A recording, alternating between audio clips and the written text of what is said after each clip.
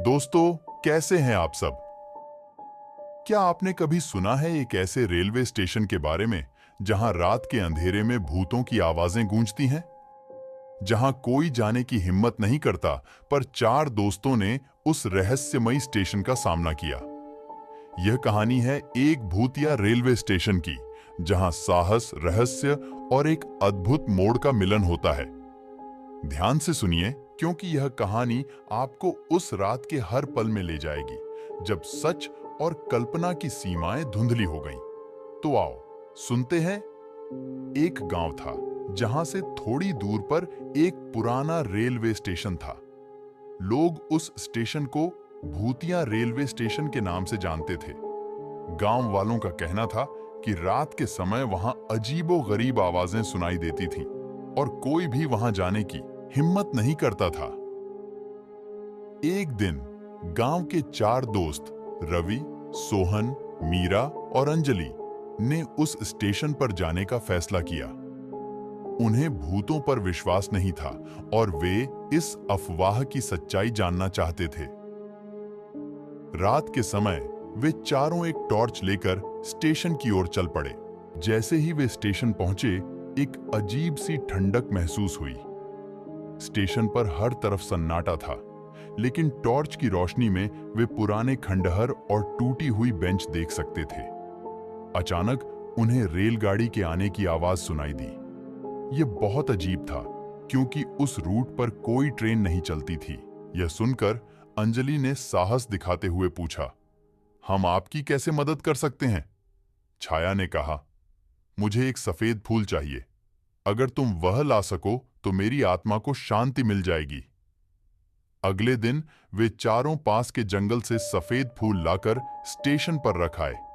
जैसे ही फूल स्टेशन पर रखा गया, एक तेज रोशनी चमकी और छाया गायब हो गई।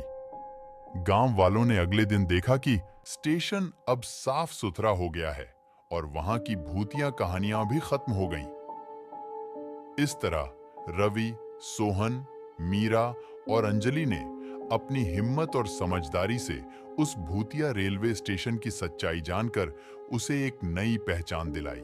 लेकिन कहते हैं, जब भी कोई सफेद फूल उस स्टेशन पर रखा जाता है, एक हल्की सी मुस्कान दिखती है, जैसे वह आत्मा अब भी अपनी शांति का आनंद ले रही हो। कई साल बीत गए और भूतिया रेलवे स्टेशन की कहानी अब गांव में एक किस्सा बन गई थी। लोगों ने उस घटना को याद करके अपने बच्चों को साहस और हिम्मत की कहानियां सुनाई। रवि, सोहन, मीरा और अंजलि अब बड़े हो चुके थे, लेकिन वे उस रात की घटना को कभी नहीं भूल पाए। एक दिन गांव में एक नया व्यक्ति आया। उसका नाम अरविंद था और उसने सुना था कि उस पुराने स्टेशन पर कभी भूत रहते थे। अरविंद को ऐसी कहानियों में बहुत दिलचस्पी थी और उसने सोचा कि इस कहानी की सच्चाई को जानना चाहिए। अरविंद ने गांव के बुजुर्गों से बात की और रवि, सोहन, मीरा और अंजलि से मिलने का फैसला किया। उन्होंने उसे पूरी कहानी सुनाई और बताया कि कैसे उन्होंने उस भूत को शांति दिलाई थी। अरविंद ने पूछा, क्या अब भी वहां कोई अजीब घटना होती है? मीरा ने मुस्कुराते हुए कहा, नहीं, अब वहां सब कुछ सामान्य है, लेकिन कभी-कभी अगर आप ध्यान से देखो तो एक हल्की सी मुस्कान जरूर दिखाई देती है।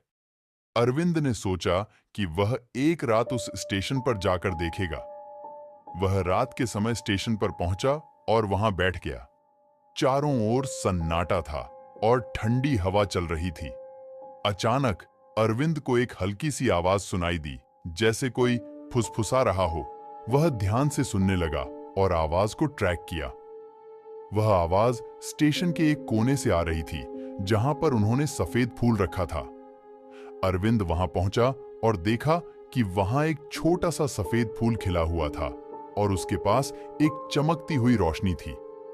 अरविंद ने महसूस किया कि यह वही आत्मा थी जिसे रवि, सोहन, मीरा और अंजलि ने शांति दिलाई थी। वह समझ गया कि आत्मा अब भी अपनी शांति का आनंद ले रही है और लोगों को उसके बारे में जानने पर एक हल्की मुस्कान देती है। अरविंद ने गांव वापस जाकर सबको यह बात बताई। गांव वालों ने अब इस कहानी को एक नए दृष्टिकोण से देखना शुरू किया। यह कहानी अब डर की नहीं, बल्कि साहस, विश्वास और शांति की बन गई थी।